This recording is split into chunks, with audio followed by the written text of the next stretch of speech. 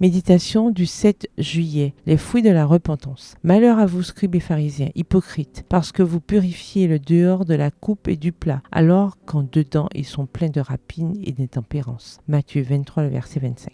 Alors que Jean prêchait dans le désert de Judée, les pharisiens et les sadducéens étaient venus le voir baptiser. Ce courageux prédicateur de la justice leur adressa ces paroles. « Race de vipères, qui vous a appris à fuir la colère à venir ? Produisez donc du fruit digne de la repentance. » Matthieu 3, les versets 7 à 8. En venant à Jean, ces hommes n'étaient pas animés de beaux motifs. Ils étaient corrompus dans leurs principes et leurs pratiques. Pourtant, ils n'avaient aucune idée de leurs véritables conditions. Remplis d'orgueil et d'ambition, ils n'hésitaient pas à recourir à tous les moyens qui leur permettraient de s'exalter et de renforcer leur influence auprès du peuple. Et le baptême des mains de ce jeune maître populaire pourrait, pensait-il, les aider à mener à bien ses projets avec plus de succès. Les motivations de ces hommes n'étaient pas cachées à Jean et celui-ci posa une question pénétrante. Qui vous a appris à fuir la colère à venir ? S'ils avaient entendu la voix de Dieu parler à leur cœur, ils en auraient donné la preuve en produisant des fruits dignes de la repentance. Aucun fruit de ce genre ne fut observé. Ils avaient entendu l'avertissement comme